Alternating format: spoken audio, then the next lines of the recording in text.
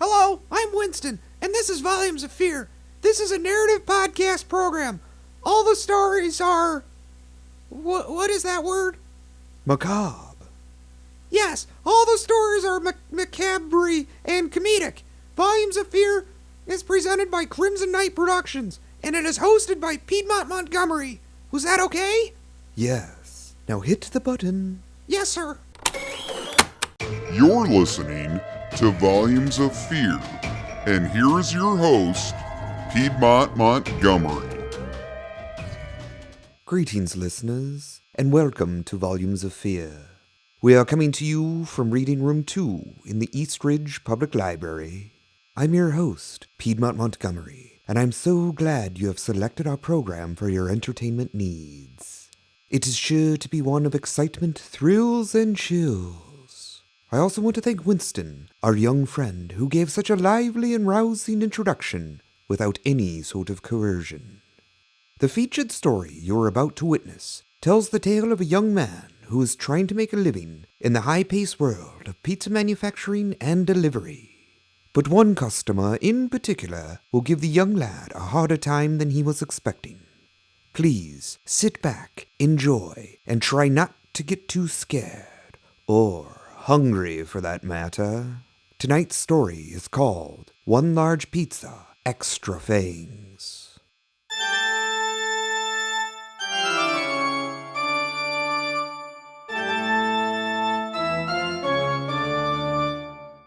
Having been employed at Santino Slice for the better part of 6 months, Jonathan had found himself in a precarious position. You see, Jonathan did not want to be a needy employee.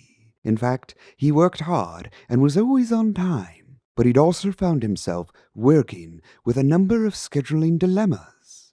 Fortunately for him, the owner and proprietor, a burly, excessively hairy man named Sonny, had always been rather accommodating. That is, until Jonathan found himself making yet another request that Sonny would have to work around. Hey, excuse me, Sonny? Hey, Jonathan, what's up? How'd that last delivery go for you? Just fine, Sonny. Delivery was easy. That's good to hear, kid. You know something, Jonathan? You've only been here for about 6 months, and you're probably the best delivery driver I got. It's really nice of you to say, Sonny. I appreciate that. No prob, kid. Anyway, did you need something? Actually, yes. I know you've been really great about my schedule and all, and I appreciate your flexibility. But I think I'm going to need a regular night off. What do you mean? Well, you see, I signed up for classes over at East Ridge Community Hospital to become a certified phlebotomist. And the classes are on Tuesday nights, so I was hoping to get Tuesdays off for a while. Tuesdays off? Jonathan, come on, kid. You know that Tuesdays are a buy one, get one 10% off night here at Santino's Slice. It's a very busy night for us. No, yeah, I understand. This is only for a few months, though.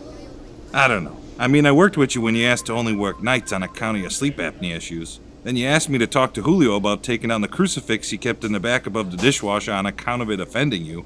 And now you want Tuesdays off so you can become a phlogogist? A phlebotomist. A what? A phlebotomist. What's that? Like a girl doctor? No, I'd be learning how to take people's blood. It's a very useful skill. So, like a blood doctor?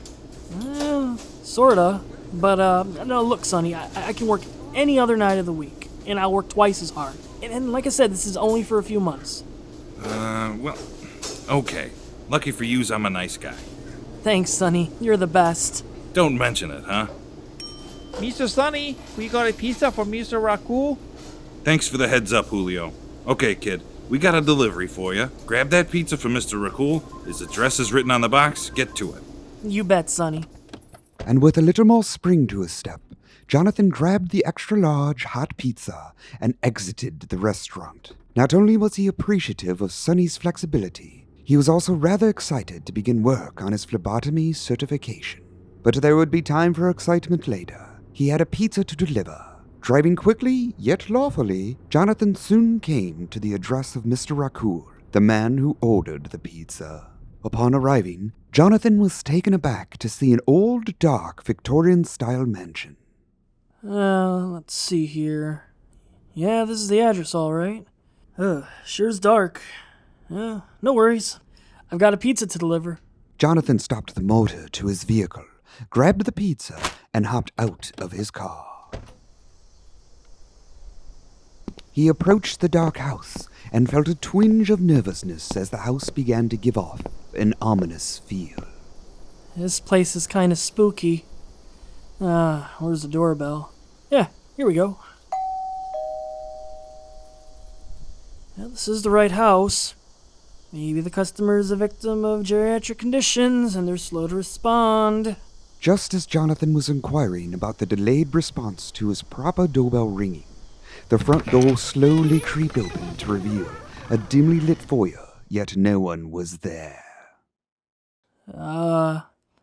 Hello?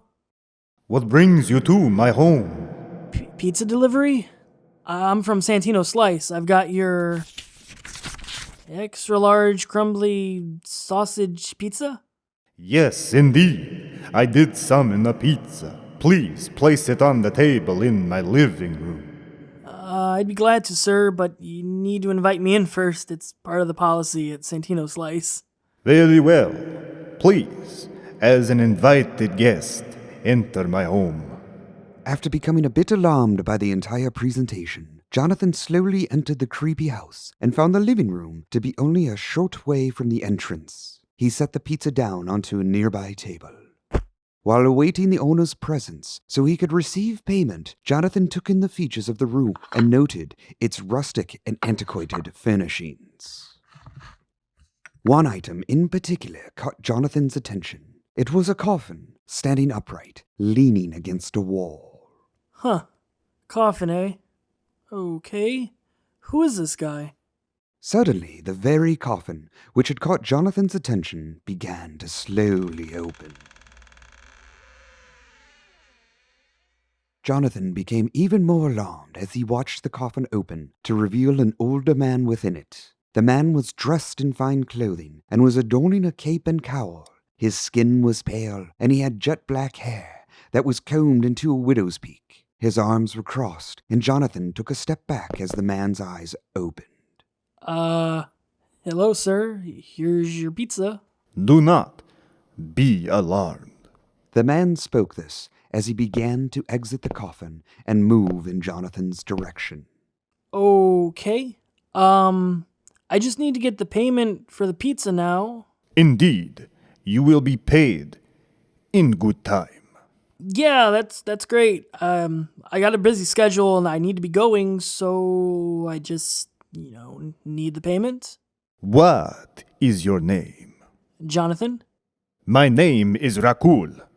Count Rakul. Very nice to meet you, Mr. Count Rakul. Now, about the bill.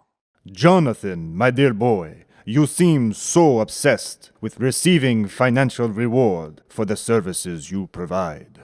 Well, that's how commerce works usually. You are correct, but I am hungry, Jonathan. Well, the pizza can take care of that. No, I am not hungry for pizza. I hunger for blood. Human blood. Count Rakul's demeanor became menacing as he moved closer to Jonathan. Nervously, Jonathan began to move away. You seem nervous, my dear boy. Yeah. You're a bit of a weirdo. You just said you hungered for blood. I think you may have mental problems. I'll just go. Nonsense. You can't leave now. Now, when I feel the pangs of my hunger taking control. I need blood, Jonathan. Not sure I can help you there. Nonsense. You have blood. Blood I can drink. Gee, mister, you sound like a vampire. I sound like a vampire? Maybe that is because I am a vampire.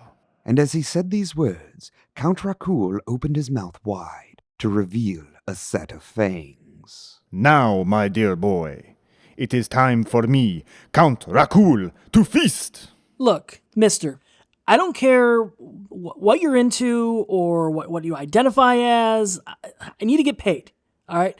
Then I'll be on my way. Now, if this is an issue or something, whatever, I'll call the store owner. Suddenly, Count Rakul's confident yet foreboding attitude changed to one of irritation. Seriously, kid? Usually the delivery guys go running out as soon as I start to approach them. What? I approach them and tell them I'm going to drink their blood. They take off. So, you're not even really a vampire. No, I'm not. This is an act. Just so you can get free food. Yeah, and it usually works. The teeth are fake. They just go in your mouth like dentures and make it look like you have fangs. See? Oh, yeah. Those are pretty real looking. Yeah, let me get my wallet. No, but seriously though, this actually works? All the time. The Chinese place down the street just leaves the food at the doorstep and takes off. Huh. That's ingenious. Sometimes I'll throw glitter on myself because for whatever reason, people think vampires are shiny. How much is the pizza? $19.13. Gah. Highway robbery. Here's a 20. Keep the change. Wow. Thanks. Hope you enjoyed the show. You really had me there for a minute. What are you gonna do? Some nuts you just can't crack. Well, it just would have been really awkward. Why's that? Because vampires should never suck the blood of other vampires. Yeah. I hear you. Wait, what? I'm saying if you were actually a vampire and you tried to suck my blood, it wouldn't have ended well for either of us. I don't follow. What do you mean vampires should never suck the blood of other vampires? If a vampire feasts on the blood of another vampire, it has grotesque consequences. Think implosion. It's messy. It's a sort of thing you just know internally. There's not really a handbook for being a vampire. I'm not sure I follow. Are you saying... And all of a sudden, Count Racour realized the truth as he saw Jonathan's teeth grow into large razor-sharp fangs. You're a vampire? That's right. I'm a vampire.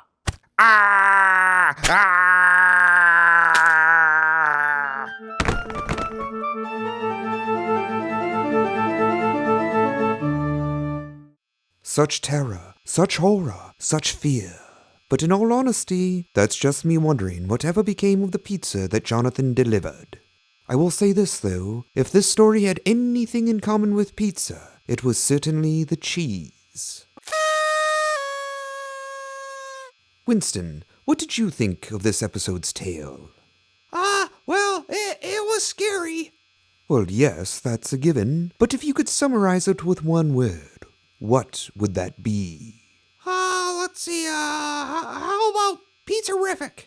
That's not really a word, but we'll work on that. I would say that is about all the time for us this week. We certainly hope you enjoyed this edition of Volumes of Fear.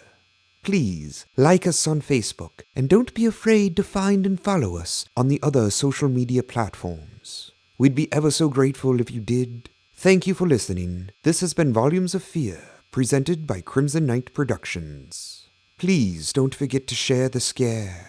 And until next time, listeners, this has been Volumes of Fear. This episode of Volumes of Fear featured the acting talents of Christopher Speedus, Colin Brandon, J.C. Rositas, and Derek DeBoer.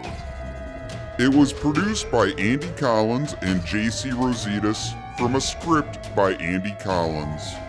Sound mixing and engineering was done by J.C. Rositas with artwork by Derek DeBoer. Musical tracks by Kevin McLeod of Incompetech.com were used as part of this episode's score. This episode of Volumes of Fear was presented by Crimson Knight Productions. Visit them online at cnproductions.net. Follow Volumes of Fear on Facebook or suffer the consequences.